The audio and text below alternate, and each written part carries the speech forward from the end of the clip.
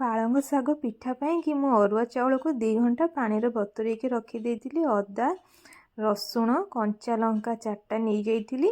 ଆକୁ ଆମେ ଗ୍ରାଇंडिंग କରିନେବା ଭଲସେ। ଗ୍ରାइंडिंग କରିସାରିଲା ପରେ ସେଇଥିରେ ପାଳଙ୍ଗ ଶାଗ ପକେଇଦେବା।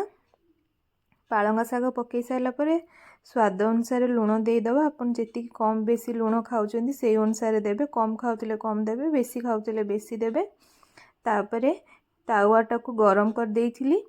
तावा गरम कर साइला परे छोट छोट बरा टाइप रो पालंग साग को देदेबा। ये तावारे कहीं ना आग तेल पकईलिनी कहीं आमर यहाँ हूँ पिठा तावा आ परोटा भी हुए। ये तेल प्राय टिके टिके थाए, रुटी हुएनी। से कि मु आग साग पालंग सागर पिठा देदेली।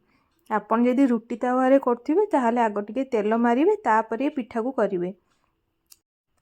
किछि समय हो गला परे पिठाटा को आमे उल्टेई दबा।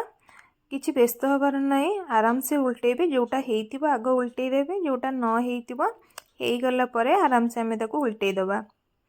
जो पर्यंत पिठा हेइ नथिबो सेइ पर्यंत टिके भाजुथिबे।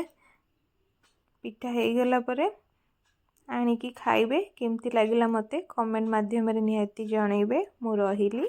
जय जगन्नाथ।